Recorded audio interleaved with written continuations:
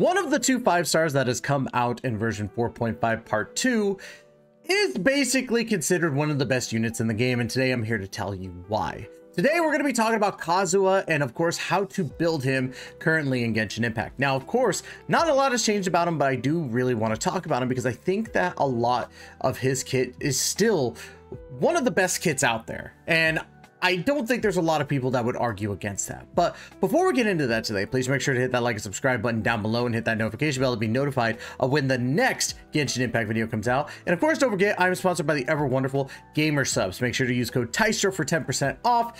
Again, fantastic stuff. We just released a Mizkif cup. So if you like Mizkif, make sure to go ahead and grab yourself one of those cups. Code TYSTRO for 10% off.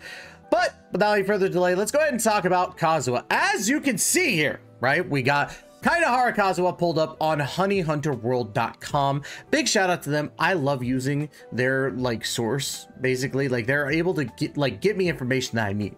So big shout out to them. If any of the people over Honey Hunter Impact is watching, I love you guys. Or Honey Hunter World. My bad. Anyways, let's go ahead and talk about it. So first things first, you're going to need these wonderful gems here. The Vyuta turquoise silvers, the turquoise fragments, the turquoise chunks, and of course the turquoise gemstones. You get these from anemo-based enemies or bosses, such as, you know, the anemo hypostasis. You could fight what is it, the freaking the wind, or Boreas. You can fight Boreas and get this as well. There's a couple of other bosses that you could fight that I can't just think of off the top of my head, but I normally just go for the hypostasis. You could also fight Magu Genki, because that's gonna go to another thing that we're gonna need for him. But let's go ahead and first finish up here. So you're gonna need 1 of these silvers, you're gonna need 9 of the fragments, 9 of the chunks, and of course 6 gemstones. And remember, Hoyoverse loves the rules of 3. So you're gonna need 3 silvers to make a fragment, 3 fragments to make a chunk, and 3 chunks to make a gemstone.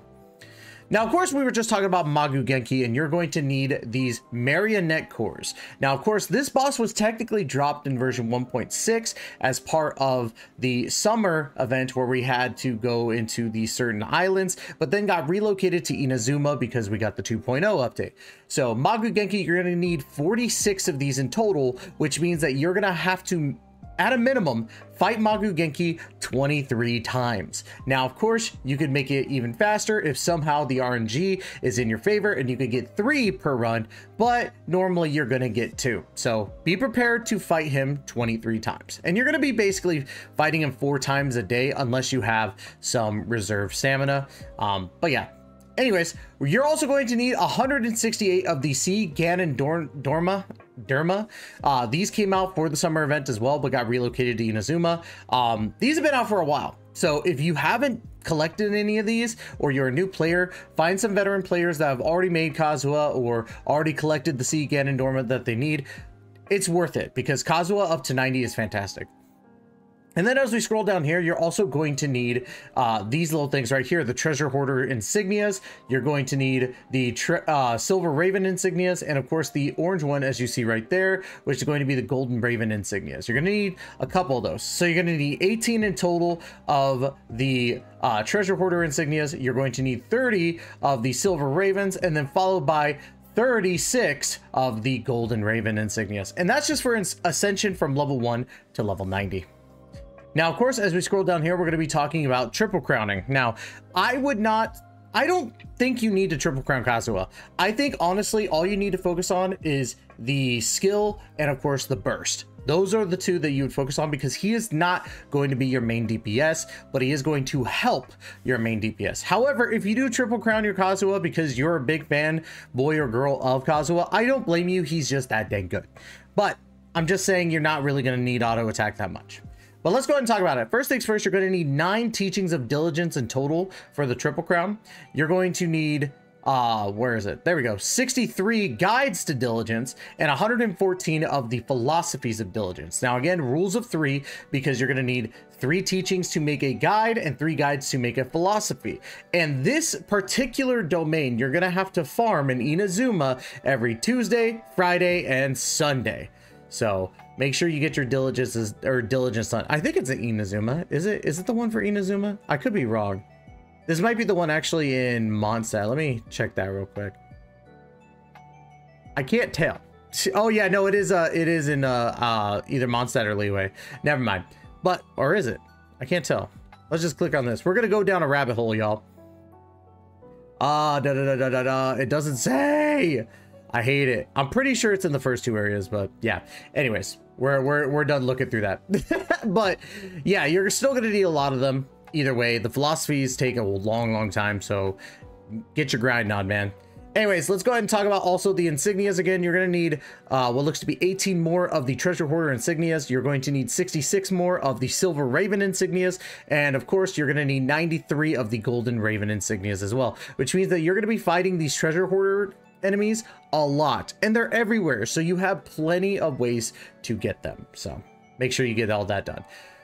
Oh boy, let's talk about the weekly boss that I absolutely despise. I don't like fighting Kazuha. I know that some people do. I really don't. I want to bash my head against the wall every time I gotta fight him. It's not that he's hard, he's just annoying to me. But you do have to fight Kazuha, and you're gonna need 18 of these gilded scales.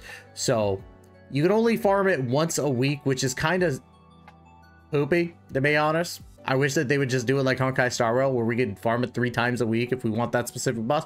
But that's besides the point. Maybe they'll change that later on. But you do need 18 of the gilded scales. So if you've been playing for a long time, just go ahead and transmog your other materials into gilded scales. Otherwise, if you're new, it's going to be a little while. So be prepared for a long grind on this one. And then, of course, you need 3 crowns of insight, which is pretty normal, with about 7.1 million mora needing to be spent. So again, pretty freaking normal. Now let's go ahead and talk about Kazuha here, because there are plenty of different options to go for, but it's all going to be also dependent on how you kind of, it really depends on how much you're going to be summoning for Kazuha. Let me just say that. Sorry, I'm kind of stuttering a little bit on this, but let's go ahead and first let's talk about his actual weapons, because I think his weapons are going to be the most important thing here. So for Kazuha, right, he does have Freedom Sworn as his main weapon, which is very, very versatile for him. So I don't really know about versatile. Like, I don't know why I even said versatile. It's really just good on him, and that's about it, which kind of sucks. But I've seen other characters use Freedom Sworn and be fine, but Freedom Sworn is definitely his best weapon. However, the one that I have on him right now, I think is his best 4-star counterpart, and this one was free during one of the events. This is the Tokabu Shiguri, and this goes after an attack hits opponents, it will inflict an instance of Cursed Parasol upon one of them for 10 seconds. This effect can be triggered once every 15 seconds, and if the opponent is defeated during Cursed Parasol's duration, Cursed Parasol's cooldown will be refreshed immediately. The character wielding this weapon will deal 32% more damage to the opponent affected by Cursed Parasol, right? So, Cursed Parasol works really, really well. Plus, you get an Elemental Mastery bonus, which Kazuha is absolutely going to need every single time, right?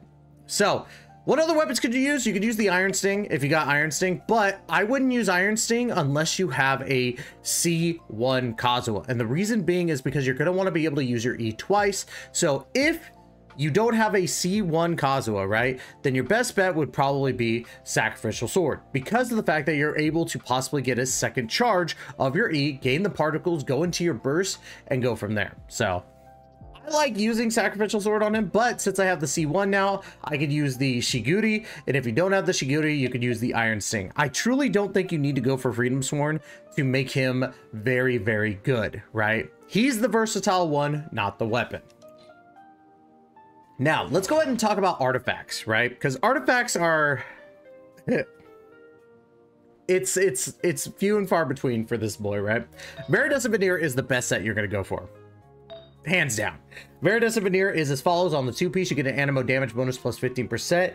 And then on the 4-piece, increases swirl damage by 60%, decreases opponent's elemental resistance to the element infused infused in the swirl by 40% for 10 seconds, right? So it's obviously, in my opinion, his best set. Now, your main goal is to get as much elemental mastery as you want, but I wanted to see, because I know that they show like recommendations for like sets, or at least I thought they did. Did they not? I thought they did. Oh, there we go. Yeah, so Veridescent Veneer is definitely the one that everybody is using.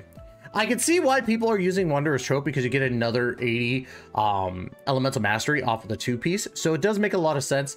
Gladiator's Finale, I don't know why they would use that. You could use it and it makes some sense because you're getting that attack bonus. He does scale off of attack and elemental mastery, so there you go. But I digress. Veridescent Veneer is your best set.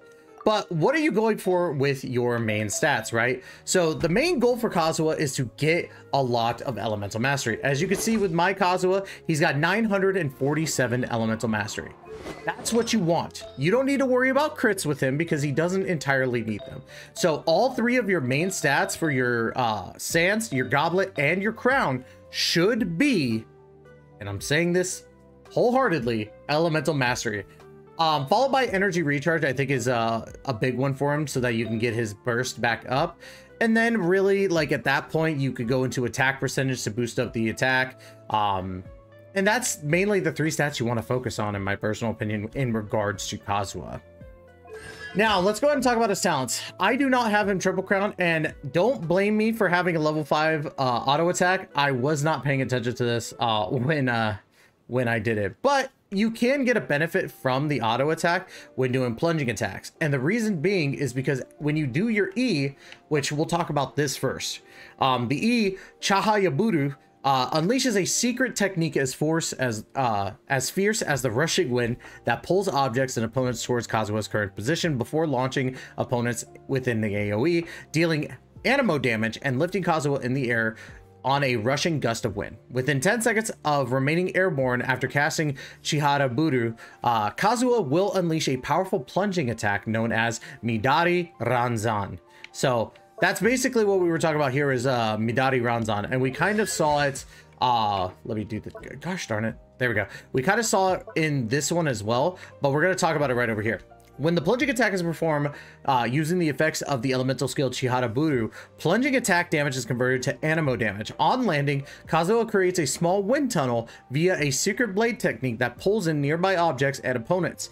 Midari Ranzan's damage is considered plunging attack damage. So you can get a really good, decent boost off of your auto attack, but I don't think it's necessarily needed because the main thing that you're using this for is to pull enemies in.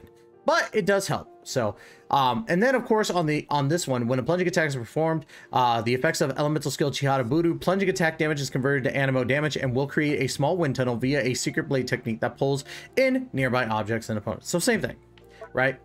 Now, let's go ahead and talk about the burst here. The burst is pretty dang good. The elemental signature of Kazuha's self-styled blade work, a single slash that strikes with the fierce of the first winds of autumn, dealing AoE anemo damage. And this is the Kazuha slash. I know, this skill is named amazingly. The blade's passage will leave behind a field named Autumn Whirlwind that periodically deals AoE anemo damage to opponents within its range. And it does have elemental absorption with Hydro, Pyro, Cryo, and Electro. And it'll deal additional damage depending on the type, right? We also have the first passive skill right here. If Chihara Buru comes into contact with Hydro, Pyro, Cryo, and Electro when cast, this Chihara Buru will absorb the element, and if plunging attack Midari Ranzan is used before the effect expires, it will deal an additional 200% attack of the absorbed elemental type as damage. This will be considered plunging attack damage, and elemental absorption may only occur once per use of Chihara Buru. This is again important on why you want to get your attack bonus up, because you're gonna need that extra attack percentage to boost up everything in general when it comes to your elemental reactions. Then of course we got the Poetics of Fubutsu. Upon triggering a swirl reaction, Kaidaha Kazuha will grant all party members a 0.04% elemental damage bonus to the element absorbed by swirl for every point of elemental mastery he has for 8 seconds. Bonuses for different elements obtained through this method can coexist, right? So, Kazuha's a beast. And I wanted to kind of show off with this team a little bit. I got this Fischl to show off the Electro damage swirl reaction stuff. I got, of course, Xingqiu, who is on the banner currently and very much worth the 4-star love right there. And then of course we also got Charlotte. So, but I kind of wanted to show off the swirls and how they kind of work with Kazuha on this one. And that's ultimately the more important thing, is I want to make sure to you guys see what I'm talking about. So you can hold it and get a higher jump, and see how that just does like 2000 right there. We're gonna wait for him to get done with that. So we're gonna cast down that, right? And then go into that. Look how much damage that is comparatively. And you're getting that elemental reaction damage, which is perfect. Time to go. So, didn't mean to do that. So let's get that. And you can do a short burst, go into this. And then get the elemental infusion here in a little bit. And ultimately, like, your goal is to use these reactions, right?